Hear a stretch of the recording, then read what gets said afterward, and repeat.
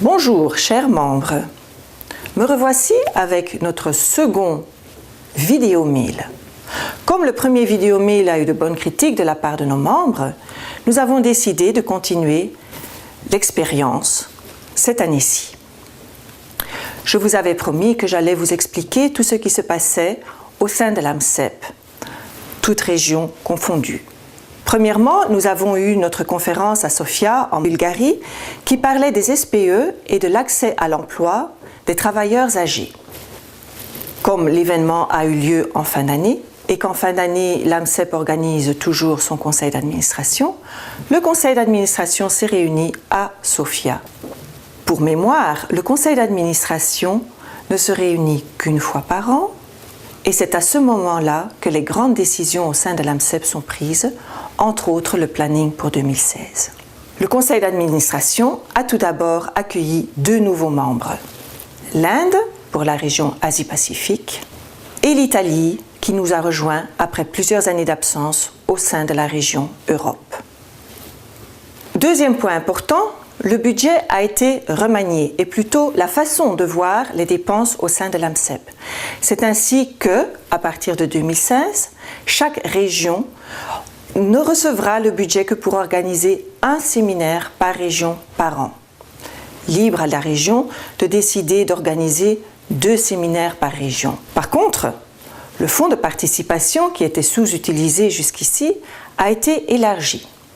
En effet, nous nous sommes rendus compte que les membres de la catégorie 3 ont aussi très souvent des difficultés de participer à des séminaires pour des raisons budgétaires. C'est pourquoi le fonds de participation a été ouvert à la catégorie 3 aussi. D'un autre côté, certains de nos membres nous avaient rapporté qu'il leur était impossible de voyager seuls. Or, le fonds de participation ne donne un subside qu'à un membre à condition que ce membre soit non accompagné. Le conseil d'administration a décidé de ne plus utiliser cette règle et de permettre à la personne venant assister à un séminaire AMCEP d'être accompagnée par une deuxième personne qui, elle, voyagera à ses propres frais. Le conseil d'administration a aussi permis au groupe de travail sur la stratégie à long terme d'entamer leurs travaux. Le groupe de travail s'est formé et nous avons eu une première réunion avec les conseillers techniques à Bruxelles le 10 février passé. Une deuxième réunion aura lieu en Suisse en avril. Y participeront les conseillers techniques bien sûr, mais aussi les directeurs généraux des SPE. Du point de vue communication, nous avons un site internet où nous publions régulièrement des articles sur nos activités, mais aussi des articles qui nous viennent de vous, nos membres. C'est d'ailleurs, je crois, la partie la plus intéressante de tout notre site web. Et je vous invite maintenant à nous envoyer le plus possible d'articles au sujet d'innovation au sein de vos SPE. Par contre, ce qui manque dans notre site web, c'est un véritable extranet, un lieu où les membres peuvent échanger directement. Le conseil d'administration a décidé d'allouer les fonds pour pouvoir construire un véritable extranet sur notre site. Une fois l'extranet mis en place cette année, nous avons dans l'idée de commencer à organiser la gestion des données au sein de notre site web. Malheureusement pour cela, nous n'avons pas les compétences requises au sein du secrétariat et c'est pourquoi, par le biais des vice-présidents, un appel a été lancé dans les différentes régions pour trouver un membre capable et voulant bien nous aider dans cette aventure.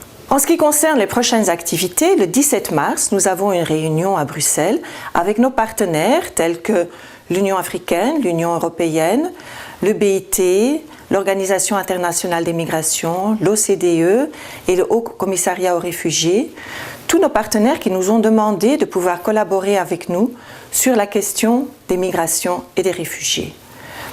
Comme nous ne sommes qu'une petite association et que nous avons beaucoup de demandes, nous avons décidé de réunir tous ces partenaires pour voir ensemble ce que nous pouvons offrir. Une semaine après, le 22 mars, à Rabat au Maroc, se réunira le comité exécutif.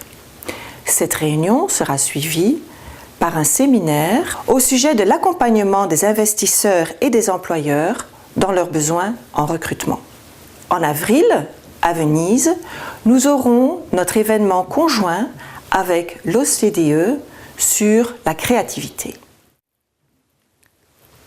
Changeons de pays, allons à Malmö, en Suède, pour un événement sur le rôle des SPE dans l'accueil de nouveaux arrivants migrants. Finalement, fin juin, les 28 et 29 juin, nous aurons au Togo une conférence sur les partenariats locaux au service des demandeurs d'emploi et des employeurs. Et, conjointement à ce séminaire, le Togo aura le plaisir d'inaugurer la toute première cité des métiers en Afrique. Comme vous le savez, l'AMCEP, en tant qu'association internationale sans but lucratif, se doit d'organiser une assemblée générale tous les ans. Et au sein de l'AMCEP, nous l'organisons une fois en vrai, comme on dit, c'était l'année passée en 2015 au cours de notre congrès mondial.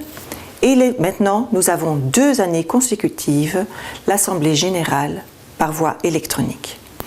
Vous recevrez bien à temps l'agenda et tous les documents requis pour pouvoir voter en ligne avant fin juin. Voilà, chers membres, je vous remercie pour votre attention et à la prochaine.